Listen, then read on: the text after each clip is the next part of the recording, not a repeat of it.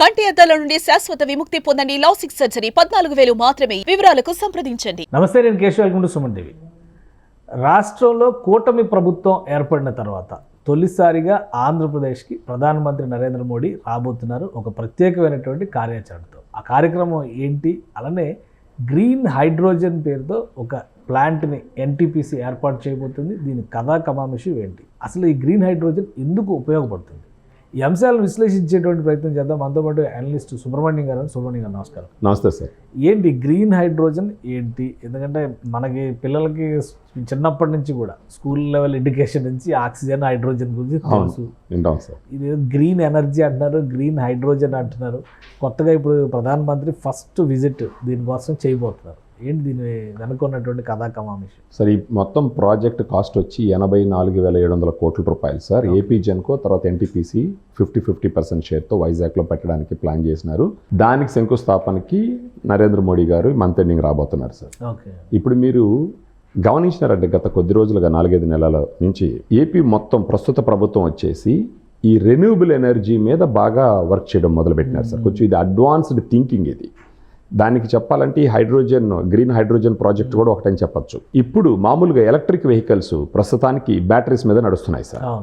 ఈ బ్యాటరీస్ వచ్చి లిథియం అయాన్తో తయారు చేయబడ్డటివి. వీటిల్లో ఒకసారి అంటే బ్యాటరీస్ కొంతకాలం అయిందంటే వాటి కెపాసిటీ తగ్గిపోతుంది, స్టోర్ చేసుకునేటువంటి పవర్ని తగ్గిపోతుంది, అది నిలబెట్టుకునేటటువంటి టైం కూడా తగ్గిపోతుంది. సెల్ ఫోన్ బ్యాటరీలు మార్చినట్టుగా. అబ్సల్యూట్లీ సార్, కరెక్ట్ ఎగ్జాంపుల్ చెప్పినారు. సెల్ ఫోన్ బ్యాటరీ లాగా కొద్ది రోజులు అయితే ఛార్జ్ కూడా ఎక్కువసేపు చేయాలా, ఎక్కువసేపు నిలబడదు.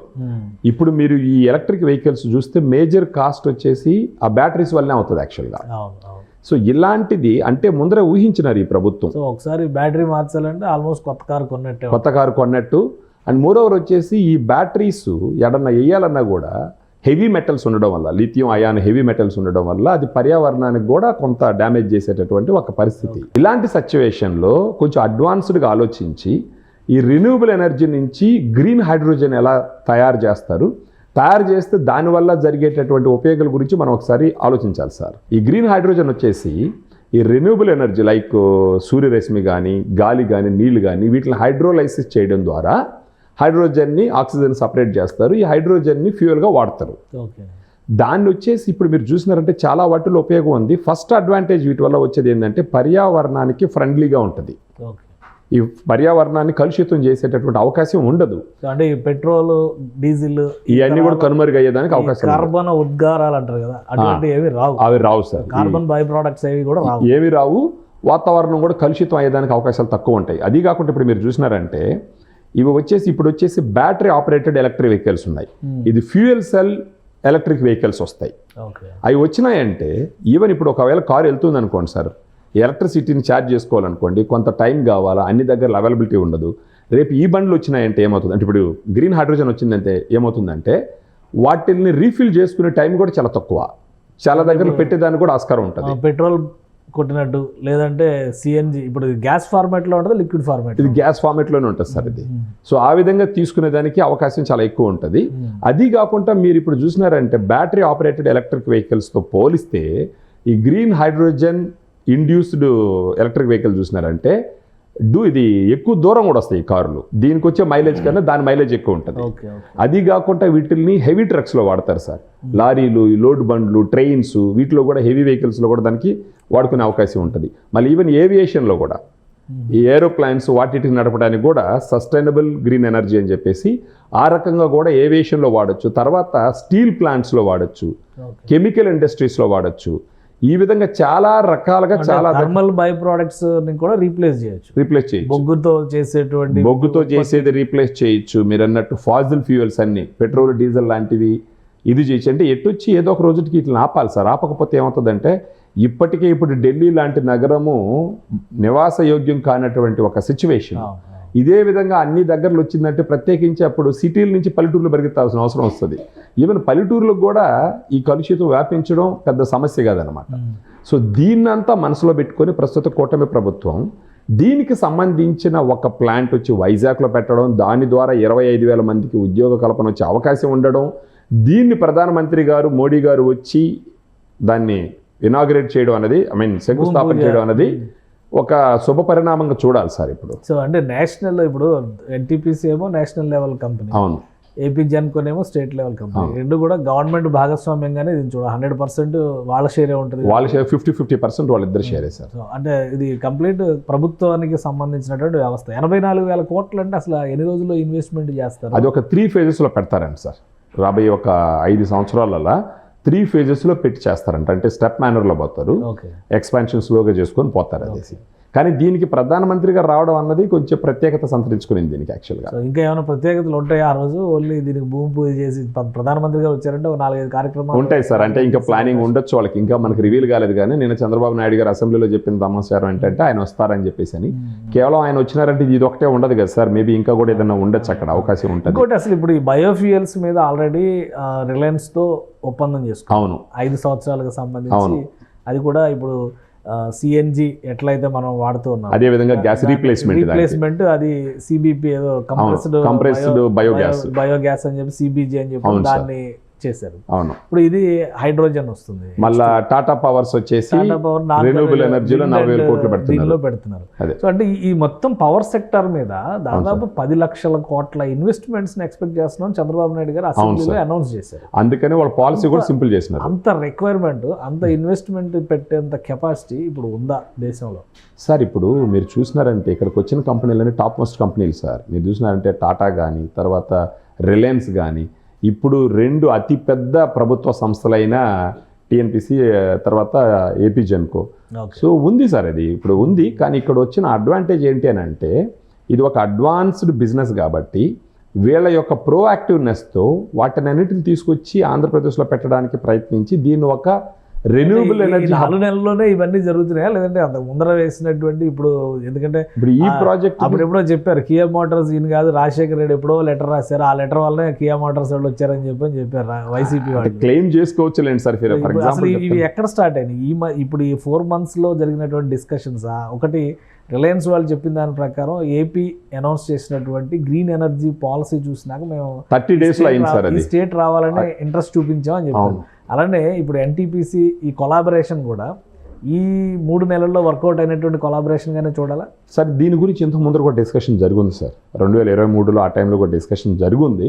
కానీ పాయింట్ ఏంటంటే మనం ఇక్కడ చూడాల్సింది వీళ్ళ ఎకో ఫ్రెండ్లీ పాలసీస్ వలన ఇంట్రెస్ట్ అయ్యి మళ్ళీ దాని గురించి కొంచెం ఆలోచించుంటారు. అంటే సార్ ఎలా ఉంటుందంటే ఇదే రిలయన్స్ గ్రూపు, ఇదే టాటా పవర్స్, ఇదే అదానీ గ్రూపు, ఇదే ఈ ఏపీ జెన్కో, ఇవన్నీ ఇంతకు ముందర పరిపాలన టైంలో కూడా ఉన్నాయి. మనం చూడాల్సింది ఏంటంటే సార్ ఇదే Adani group, Reliance group, Tata powers, ఇదే టీఎన్పిసి, తర్వాత ఏపీ జెన్కో ఇంతకు ముందర పరిపాలన టైంలో కూడా ఉన్నాయి. కాకపోతే వాళ్ళ టైంలో ఫోకస్ వచ్చి కంప్లీట్గా వేరే వేరే విషయాల మీద ఉండింది. వీళ్ళు రాగానే ఏంటంటే భవిష్యత్తు బాగుండాలంటే ఉద్యోగాలు రావాలి, తర్వాత వాళ్ళు కంపెనీలు తీసుకొచ్చి ఇక్కడ పెడితే ట్యాక్సెస్ రూపంలో గవర్నమెంట్కి రెవెన్యూ రావాలి, దీని డైరెక్షన్లో పనిచేస్తున్నారు. కాబట్టి ఈవెన్ 4-5 నెలల్లోనే ఎన్నో పెద్ద సంస్థలు తీసుకొచ్చి పెట్టేటటువంటి సిచ్యువేషన్ రావడం జరిగింది సార్. అంటే గతంలో కూటమి గవర్నమెంట్ ఫామ్ అయిన వెంటనే కూడా 2 అగ్రిమెంట్స్ జరిగినాయి. ఒకటి NTPC, national thermal power corporation, ఇది మొత్తం బొగ్గు ఆధారిత విద్యుత్ ఉత్పత్తి పైన పనిచేసేటువంటి సంస్థ. ఇది ట్రాన్స్ఫార్మ్ అవుతుంది. అవును సార్, హైడ్రోజన్ కాలానికి తగ్గట్టు. అవును. అలానే నేషనల్ హైడ్రో పవర్ కార్పొరేషన్, దాంతో కూడా ఏపీ జెన్కో ఒక అగ్రిమెంట్ చేసుకుంది రాబోయే రోజుల్లో. సో అంటే పూర్తిగా ఈ బొగ్గు ఆధారిత పరిశ్రమలను పక్కన పెట్టి క్లీన్ ఎనర్జీస్ పైన ఫోకస్ పెట్టింది ప్రభుత్వం అని అనుకోవచ్చా? మీరు ఇప్పుడు చూసినారంటే సార్, మనం కూడా నేషనల్ మీడియాని గమనిస్తున్నాము, న్యూస్ని చూస్తున్నాము. ఎంటైర్ ఇండియా మీద ప్రస్తుతానికి ఈ రెన్యూబుల్ ఎనర్జీ, గ్రీన్ హైడ్రోజన్ అంటే ఫ్యూచరిస్టిక్ ఫ్యూయల్స్ గురించి మాట్లాడుతున్నటువంటి రాష్ట్రం, ఇనిషియేటివ్స్ తీసుకొచ్చి కంపెనీలు తీసుకొచ్చి శంకుస్థాపనలు చేస్తున్నటువంటి రాష్ట్రం మనం ఖచ్చితంగా ఆంధ్రప్రదేశ్ అనే చెప్పాలి సార్. అంటే ఇమ్మీడియట్గా ఒకరోజు ఇది, నెక్స్ట్ డే ఇది. ఇప్పుడు చూడండి, మొన్న 3 రోజులు మనం విన్నాం. ఒకటి వచ్చి రిలయన్స్, తర్వాత టాటా పవర్స్, ఒకరోజు గ్యాప్లో నిన్న మళ్ళా ఈ ప్రాజెక్ట్ గురించి. సో దీన్ని బట్టి మనం చూడాల్సింది ఏంటి అని అంటే ఈ ఒక్క ఏరియాలో ప్రస్తుత గవర్నమెంట్ ఆంధ్రప్రదేశ్లో చాలా సీరియస్గా ఉంది.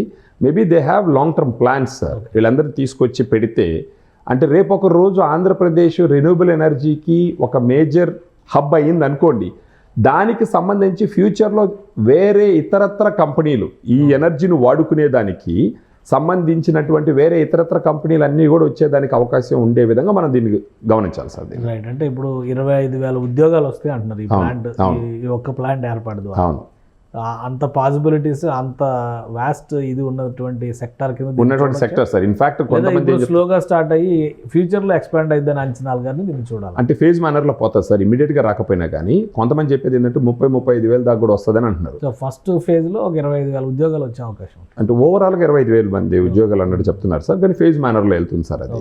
ఇంకోటి, ఇప్పుడు ఆ ఎనర్జీ ఇక్కడ మనకు స్టార్ట్ అయిందంటే ఇప్పుడు అది దానికి సంబంధించిన ఆదాయం మళ్ళీ వస్తుంది కదా సార్. వీళ్ళ ట్యాక్సెస్ ఉంటాయి, వచ్చే ఆదాయం ఉంటుంది, మళ్ళీ అక్కడ దానికి సంబంధించి వేరే వర్కర్స్ వాళ్ళు వచ్చేదానికి కూడా అవకాశం ఉంటుంది. Right right, thank you Subrahmanyam garu. ఇది గ్రీన్ ఎనర్జీస్ పైన ఆంధ్రప్రదేశ్ ప్రభుత్వం ఫోకస్ పెట్టింది. First time NTPC AP Genco కొలాబరేషన్తో 84,000 కోట్ల రూపాయల పైగా ఇన్వెస్ట్మెంట్ ఉండేటువంటి 3 ఫేజుల హైడ్రోజన్ ఉత్పత్తి కేంద్రానికి సంబంధించిన శంకుస్థాపన కోసం భారత ప్రధానమంత్రి నరేంద్ర మోడీ విశాఖపట్నం రాబోతున్నారు. ఇది కనుక ఈ సెక్టార్లో ప్రారంభమైతే, ఒకవైపు బయోగ్యాస్లకు సంబంధించి రిలయన్స్తో ఒప్పందం, ఇంకోవైపు విండ్ పవర్ విషయంలో, సోలార్ పవర్ విషయంలో టాటా గ్రూప్తో ఒప్పందం, ఇప్పుడు ఎన్టీపీసీతో కొలాబరేషన్తో స్టార్ట్ చేయబోయేటువంటి ప్రాజెక్ట్. వీటన్నిటి తర్వాత ఆంధ్రప్రదేశ్ నాన్ కన్వెన్షనల్ ఎనర్జీస్కి, ముఖ్యంగా గ్రీన్ ఎనర్జీస్ అండ్ క్లీన్ ఎనర్జీస్కి ఒక ప్రధాన కేంద్రంగా మారే అవకాశాలు స్పష్టంగా కనిపిస్తున్నాయి. సుదీర్ఘమైనటువంటి తీర ప్రాంత రేఖని ఉపయోగించుకోవడం ద్వారా ఈ ప్రాజెక్టులకి ఏపీ సర్కార్ బీజం వేస్తుంది. ఇదే క్రమంలో ఒక పాలసీని కూడా తీసుకొచ్చింది కాబట్టి వేగవంతంగా ఈ కొలాబరేషన్స్ ముందుకు వెళ్తున్నటువంటి పరిస్థితి కనిపిస్తుందని సుబ్రహ్మణ్యం గారు విశ్లేషిస్తున్నారు. ఇది స్పెషల్ డిస్కషన్. Keep watching.